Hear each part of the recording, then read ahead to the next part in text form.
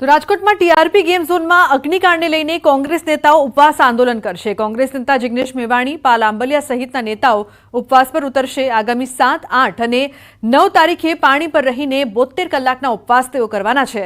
જિગ્નેશ મેવાણીએ પૂર્વ મુખ્યમંત્રી વિજય રૂપાણી પર કર્યા છે પ્રહાર।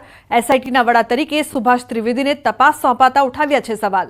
નિર્લિપ્ત રાય, સુધા પાંડે જેવા અધિકારીઓને તપાસ સોંપવાની માંગ કરવામાં આવી છે। અને 7, 8 અને 9 તારીખે કિસાન કોંગ્રેસ તમારા સાથી પાલભાઈ આંબલિયા, સેવાદળના રાષ્ટ્રીય અધ્યક્ષ લાલજીભાઈ દેસાઈ, હું અને સમગ્ર રાજકોટ શહેરનું કોંગ્રેસ પરિવાર કોંગ્રેસ તરીકે નહીં, રાજકોટ અને ગુજરાતના નાગરિક તરીકે ફક્ત પાણી ઉપર રહી 72 કલાકના ન્યાયની માંગણી માટેના ઉપવાસ કરવાના છીએ। તો 7 થી 9 તારીખ સુધી 72 કલાક તે ઉપવાસ કરવાના છે। સાથે જ એસઆઈટીની તપાસ અંગે પણ તેમણે સવાલો ઉઠાવ્યા છે। જે પ્રકારથી સમગ્ર અગ્નિકાંડ મામલો જે સામે આવ્યો હતો તેને લઈને કોંગ્રેસના નેતાઓ ઉપવાસ આંદોલન કરવાના છે। જિગ્નેશ મેવાણી, પાલ આંબલિયા ઉપવાસ પર ઉતરવાના છે। તો 7 થી 9 તારીખ સુધી 72 કલાકના ઉપવાસ તેઓ કરશે। તો જીત બાદ કોંગ્રેસને લઈને ગેનીબેનનું મોટું નિવેદન સામે આવ્યું છે। ભાજપની સરખામણીએ કોંગ્રેસનું સંગઠન નબળું, ભાજપ જેવી સંગઠન શક્તિનો કોંગ્રેસમાં અભાવ છે। સંગઠન શક્તિના અભાવના કારણે મુશ્કેલી, ઉમેદવારે પોતાના કે સમાજના દમ પર ચૂંટણી લડવી પડે છે। એક પક્ષ જ્યારે ચૂંટણી લડતો થશે ત્યારે જીતી શકાશે। કોંગ્રેસ દમ લગાવીને ચૂંટણી લડે તો પરિણામ લાવી શકે છે। કોંગ્રેસે બનાસકાંઠાથી તેની શરૂઆત કરી દીધી છે। બનાસકાંઠામાં મતદારો કોંગ્રેસની સાથે છે। ગેનીબેને આ વાત કરી। પક્ષ વિરોધી કામ કરનારાઓને પક્ષ ન રાખવા જોઈએ, કાર્યવાહી કરાશે તો જ પક્ષ વિરોધી કામ કરનારાઓને સંદેશ જશે।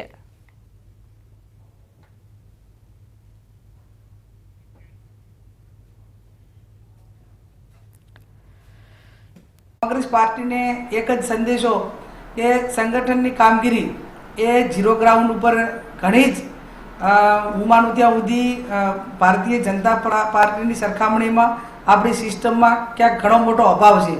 અને એના કારણે ઉમેદવાર ચૂંટણી લડતો હોય ત્યારે એ પોતાના દમ ઉપર લડવું પડે, પોતાના સમાજની તાકાત ઉપર લડવું પડે। એને બદલે પેરેલલ એક પાર્ટી ચૂંટણી લડતી થશે એ દિવસે હું માનું ત્યાં સુધી કોંગ્રેસ એક મજબૂતાઈથી ચૂંટણી મેદાનમાં જઈ અને જન આશીર્વાદ મેળવશે।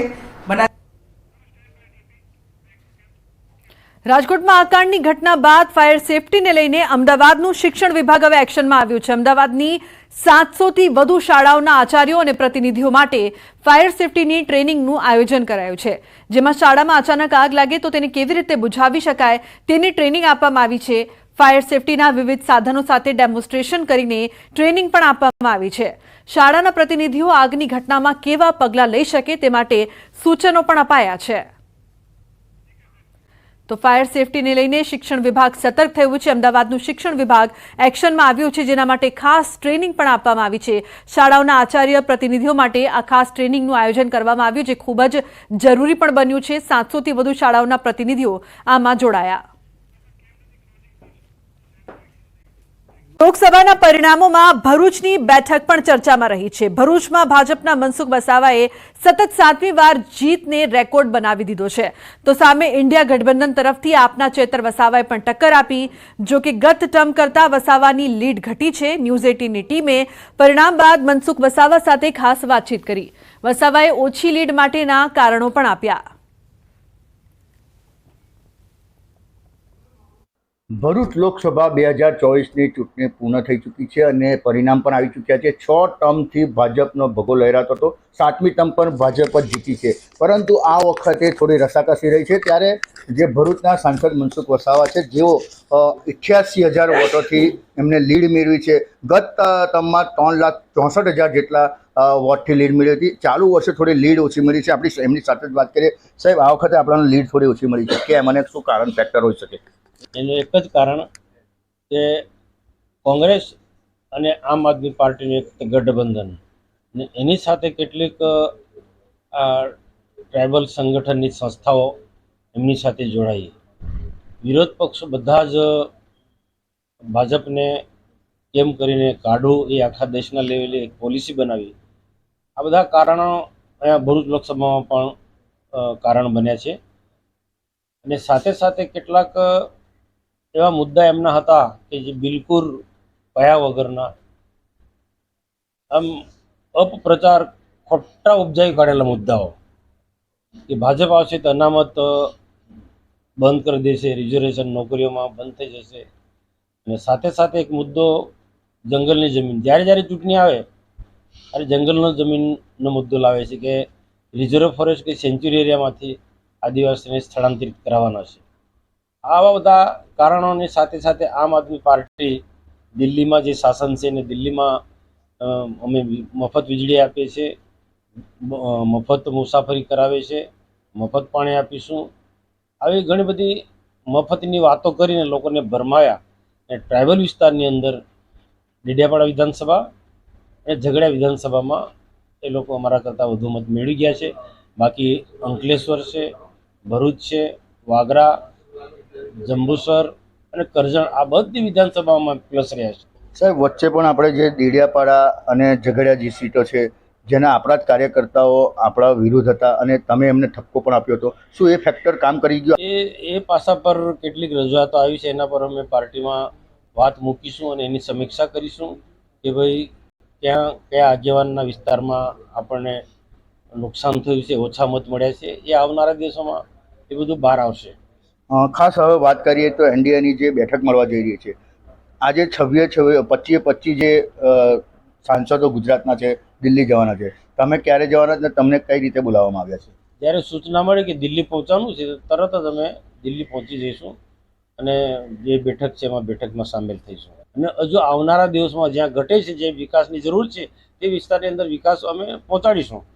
બિલકુલ, આ હતા ભરૂચના સાંસદ મનસુખભાઈ વસાવા. ખાસ વાત કરીએ તો 6 ટર્મથી જીતતા હોય, 7મી ટર્મ પર એમને જીત મળી છે, પરંતુ ચાલુ વર્ષે 2024માં એમને લીડ ઓછી મળી છે.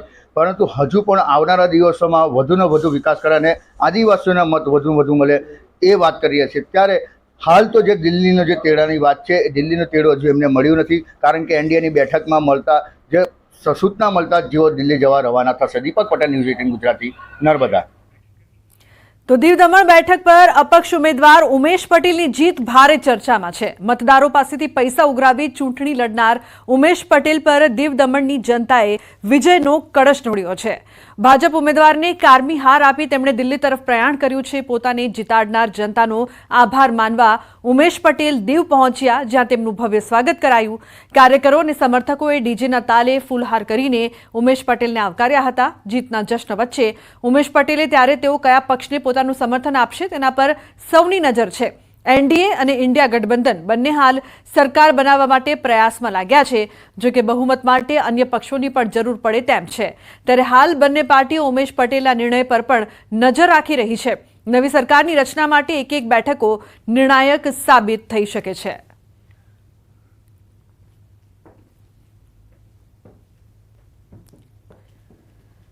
चुनाव के वक्त भी बोला था, ना मुझे सेंटर में भाजपा से प्रॉब्लम है, ना मुझे कांग्रेस से प्रॉब्लम है. कभी मुझे प्रॉब्लम नहीं रही है सेंटर से. यहाँ जो तानाशाही चलती थी उसका ही मैं विरोधी रहा हूँ. पर सेंटर में क्या हो रहा है, क्या नहीं हो रहा है, दमन दीव की जनता के लिए क्या उचित है, वो मैं अपने कार्यकर्ताओं से मिलूंगा, दमन दीव की जनता की भी राय लूंगा, लोगों से मिलूंगा. अभी बहुत वक्त है और दमन दीव के लिए जो उचित रहेगा, और दमन दीव ही नहीं बल्कि दादरा नगर हवेली के लिए भी क्या उचित रहेगा, वो दोनों प्रदेशों को मैं, दोनों प्रदेश के लोगों का हित देखकर मैं जो भी करना होगा वो उचित करूंगा. સમાચારમાં આગળ વાત, રાજકોટની ચૂંટણી જીત્યા બાદ પરસોત્તમ રૂપાલા દિલ્હી પહોંચ્યા. પરિણામ બાદ પ્રથમ વખત પરસોત્તમ રૂપાલા દિલ્હી પહોંચ્યા છે. ચૂંટાયેલા 25 સાંસદો સાથે રૂપાલા દિલ્હી પહોંચ્યા. આજની બેઠકમાં અન્ય સાંસદો સાથે રૂપાલા હાજર રહેશે. તો ચૂંટાયેલા જે 25 સાંસદો છે તેમની સાથે રૂપાલા પણ દિલ્હી પહોંચ્યા છે. મહત્વપૂર્ણ આ બેઠક અને આ બેઠક પર સૌની નજર પણ રહેશે. ચૂંટણી જીત્યા બાદ રૂપાલા દિલ્હી પહોંચ્યા છે અને આ મહત્વપૂર્ણ બેઠકમાં ચર્ચા કરવામાં આવશે. તો રાજ્યની સૌથી ચર્ચાસ્પદ સીટ બનાસકાંઠા પર ભાજપ અને કોંગ્રેસ વચ્ચે કાંટાની ટક્કર હતી, જેમાં બનાસની બહેન અને કોંગ્રેસના ફાયરબ્રાન્ડ નેતાને 3,406 મતોથી તેમનો ભવ્ય વિજય થયો છે. ન્યૂઝ 18 ગુજરાતી સાથે ગેનીબેન ઠાકોરે ખાસ વાતચીત પણ કરી હતી. તો ગુજરાતમાં હેટ્રિક રોકવાનો જશ જે છે તે ગેનીબેનને આપવામાં આવી રહ્યો છે. સાથે સાથે ગેનીબેન ભાવુક પણ થઈ ગયા હતા. જે પ્રકારથી લોકોએ તેમને પ્રેમ આપ્યો છે તેને લઈને તેઓ ભાવુક પણ થયા. તેમણે પોતાની પ્રતિક્રિયા પણ આપી. બનાસકાંઠા જિલ્લામાં જે ગેનીબેન ઠાકોરની જીત થઈ છે એના પછી બનાસકાંઠા જિલ્લામાં જશ્નનો માહોલ છે. અત્યારે અમે પહોંચ્યા છીએ ગેનીબેન જોડે અને આપ દ્રશ્યોમાં જોઈ શકો છો કે અત્યારે મોટી સંખ્યાની અંદર જે લોકો છે તે અભિવાદન કરવા માટે ગેનીબેનનું આવી રહ્યા છે. વહેલી સવારથી જ અનેક લોકો જે છે ગેનીબેનને અભિનંદન આપવા માટે આવી રહ્યા છે અને અત્યારે આપણે સાથે ગેનીબેન ઠાકોર છે એમની જોડે આપણે વાત કરીશું. પહેલા તો બેન તમને અભિનંદન. થેન્ક યુ, આભાર આપનો પણ. બેન, મહત્વની જે કાંટાની ટક્કર હતી અને ગુજરાત તેમજ દેશની નજર માત્ર આપણી બનાસકાંઠા સીટ પર હતી અને આ સીટ ઉપર પહેલેથી જ એવું લાગતું હતું લોકોને કે ગેનીબેન જીતી રહ્યા છે. અને ગેનીબેનની જે ટક્કર હતી શું રેખાબેન ચૌધરી સામે હતી કે પછી ડેરી સામે હતી કે બેંક સામે હતી? પહેલો તો બનાસકાંઠાની જનતાનો અને જે લોકોએ રાત દિવસ મજૂરી કરી એમનો બધાનો હૃદયપૂર્વક આભાર.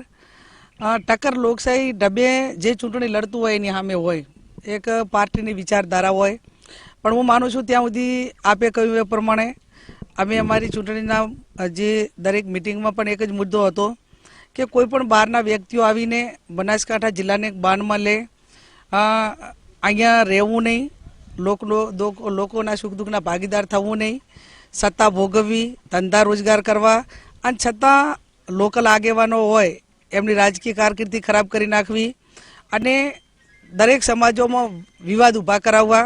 આ કામ જ્યારે છેલ્લા 10 વર્ષથી બનાસકાંઠાની અંદર થઈ રહ્યું ત્યારે બનાસકાંઠા જિલ્લાના તમામ સમાજો, ઇવન હવે જે સમાજના આગેવાનો હેરાન કરે છે એ સમાજના આગેવાનો પણ હવે બહુ તંગ થઈ ગયા છે. અને એટલા માટે કરીને એક જે એકદમ સરમુખતારશાહી તરફ આખા જિલ્લાને દબાવવા માટેના પ્રયત્નો કર્યા હતા, એમાંથી લોકોએ દબાવમાંથી બહાર નીકળીને એક બનાસકાંઠા જિલ્લા આઝાદ હતો, છે અને રહેશે એ મેસેજ આપ્યો છે. બેન, મહત્વની વાત તો એ હતી કે જ્યારે તમે ચૂંટણી પ્રચાર માટે નીકળતા હતા ત્યારે લોકોએ સૂત્ર આપ્યું હતું બનાસની બેન ગેનીબેન. બનાસની બેન ગેનીબેન એ સૂત્ર સમગ્ર જે યુવા વર્ગમાંથી પોતે જ આ સ્લોગન બનાવીને જિલ્લાના લોકો સમક્ષ મૂક્યું અને લોકોએ એને ઉપાડી લીધું. મીડિયાના માધ્યમથી, સોશિયલ મીડિયા હોય એમણે પણ ખૂબ અગ્રેસિવ રહી અને કેમ્પેનમાં જે એક પોઝિટિવ વાત કરવાની થાય એ વાત કરી છે. ત્યારે બનાસની બેન ગેનીબેન એટલા માટે કે આપણી સંસ્કૃતિ એ સનાતન ધર્મની સંસ્કૃતિ બહેનો માટે, દીકરીઓ માટે અને એના માટે ખૂબ સૌમાનભેર સંસ્કૃતિ રહી છે. અને સૌમાનના ભાગ રૂપે જાહેર જીવનના લોકો ઘણા સાહેબ કહેતા હોય, કોઈ મેડમ કહેતા હોય, અલગ અલગ રીતે એમને બોલાવે એવું ઈચ્છતા હોય. પણ હું કાયમી એવું ઈચ્છું કે મને બેન કહીને બધા જ બોલાવે. તો બેન શબ્દ એ બધા માટે સરખો લાગુ પડે અને આપણી સંસ્કૃતિ પ્રમાણે બેનથી બીજો કોઈ માનવાચક શબ્દ નથી. એટલે એક બનાસની બેન તરીકે જ્યારે સમગ્ર જિલ્લે મેં વાત કરી કે ભાઈ વાવ વિધાનસભાના લોકોએ તો મામેરું ભર્યું, પણ હવે તમે જિલ્લાવાળા મારું મામેરું ભરો. અને મામેરું એટલે મતનું મામેરું. ચૂંટણી હોય એટલે આગેવાનો અનેક પ્રકારની ડિમાન્ડો કરે, ગાડીઓની કરે, પૈસાની કરે, બીજા કામોની કરે. પણ આ એક ચૂંટણી એવી હશે કે નથી ઓફિસો ખોલી, નથી આગેવાનોએ કોઈ માગણી કરી ગાડીઓની શેની, અને નથી લોકોએ એક એમને જાતે સ્વભૂ તાકાતથી મતદાન કર્યું. બીજું એવું હતું કે ભાજપ પ્રચાર દરમિયાન એવું કહી રહ્યું હતું કે જો તમારી પાસે 2 ભેંસો હશે ને તો એક ભેંસ જે છે તે કોંગ્રેસ લઈ લેશે. તો શું કહેવું છે આ બાબતે? હવે અમારે એક તો મોટો એક તબેલા બનાવવા પડશે. એક ભેંસ આટલા દેશની ભેંસો રાખવી ક્યાં? પણ એમને બોલવું જ હોય. અને કોંગ્રેસ તો 50 વર્ષ રાજ કર્યું તો કેટલી ભેંસો ચોરી. અને દેશના વડાપ્રધાન આવડી મોટી પાર્ટી દેશના ઇકોનોમી માટે બોલે, રોજગારી માટે બોલે, પોલિસી માટે બોલે, પડકારો માટે બોલે. હવે ભેંસાની વાતો કરે દેશનો વડાપ્રધાન, એટલે પાયા વિહોણી વાતમાં અમને કોઈ ઇન્ટરેસ્ટ નથી. પણ છતાં અમે ચૂંટણીમાં પણ કહ્યું હતું કે ભાઈ અમારી ભેંસો ચોરી નહીં થાય. ચોરી એના ચોકીદાર તો અમે મજબૂત છીએ, પણ અમારી ભેંસોનું દૂધ ભરાઈએ છીએ. એ બનાસ ડેરી પાટણ જિલ્લાવાળા લઈ ગયા છે, એટલે પીએમને એમ કહીએ કે અમારી ડેરી. સમાચારમાં આગળ વાત વડોદરાની યુસુફ પઠાણની જીતને લઈને વિવાદાસ્પદ પોસ્ટ. વડોદરા ભાજપ નેતાની વિવાદાસ્પદ પોસ્ટ. વડોદરાના પૂર્વ મેયર સુનિલ સોલંકીની વિવાદાસ્પદ પોસ્ટ સામે આવી છે. વડોદરાવાસીઓ ધ્યાનમાં રહે, બંગાળમાં રોહિંગ્યા મુસ્લિમ ઘૂસણખોરોની હમદર્દ મમતાની પાર્ટીના એક ખેલાડી આપણા શહેરના તાંદલજાથી છે તેવી એક પોસ્ટ સોશિયલ મીડિયામાં સુનિલ સોલંકીની પોસ્ટથી અનેક રાજકીય ચર્ચાઓ શરૂ થઈ ગઈ છે. સુનિલ સોલંકીને ભાજપે સુરત લોકસભા બેઠકના પ્રભારી પણ બનાવ્યા હતા.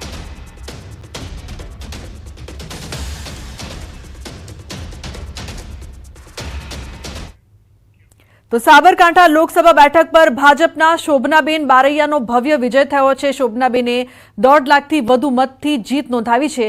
ભાજપની ભવ્ય જીતથી કાર્યકરોમાં ખુશીનો માહોલ છે. મોડાસામાં રાજ્યમંત્રી ભીખુસિંહ પરમારના કાર્યાલય પર શોભનાબેનનો સ્વાગત સમારોહ યોજાયો હતો. શોભનાબેનને ફૂલહાર કરી સાફો પહેરાવીને સ્વાગત કરાયું અને શુભેચ્છા આપવામાં આવી. કાર્યક્રમમાં હિંમતનગરના ધારાસભ્ય વીડી ઝાલા પણ ઉપસ્થિત રહ્યા. શોભનાબેને રોજગારી, શિક્ષણ અને સિંચાઈના કામોને પ્રાથમિકતા આપવાનો નિર્ધાર વ્યક્ત કર્યો. ભારે પડકારો વચ્ચે પણ અમે આજે ભારી બહુમતીથી જીતીને આવ્યા છીએ. માન્ય મંત્રી સાહેબ, માન્ય ઝાલા સાહેબ, સૌ ભારતીય જનતા પાર્ટીના કાર્યકર્તાઓએ રાત દિવસ ખૂબ મહેનત કરીને મને વિજેતા બનાવવામાં જે એમનો ખૂબ મોટો ફાળો આપ્યો છે એ બદલ સૌનો હું ખૂબ ખૂબ આભાર માનું છું. આગામી સમયમાં માન્ય વડાપ્રધાન શ્રી મોદી સાહેબના નેતૃત્વમાં, માન્ય અમિતભાઈ શાહ સાહેબની ભારતીય જનતા પાર્ટીની જે નેતૃત્વની સરકાર કેન્દ્રમાં બની રહી છે એમાં અમને કામ કરવાનો મોકો મળશે. વિકાસના કાર્યો કરીશું, સૌ સાથે મળીને જનતાની સેવા કરીશું. બેન શોભનાબેનને જે આટલી સરસાઈથી જીતશે એવો અંદાજ નહોતો, છતાં પણ અમારા ધારવા કરતો ખૂબ સારા મતોથી બેન જીત્યા છે. અને જ્યારે બેન માટે કાર્યકર્તાઓ અને અમારા પદાધિકારીઓ જે મહેનત કરી છે એ બદલ આ વિસ્તારના ધારાસભ્ય તરીકે એમનો હું ખૂબ ખૂબ આભાર માનું છું.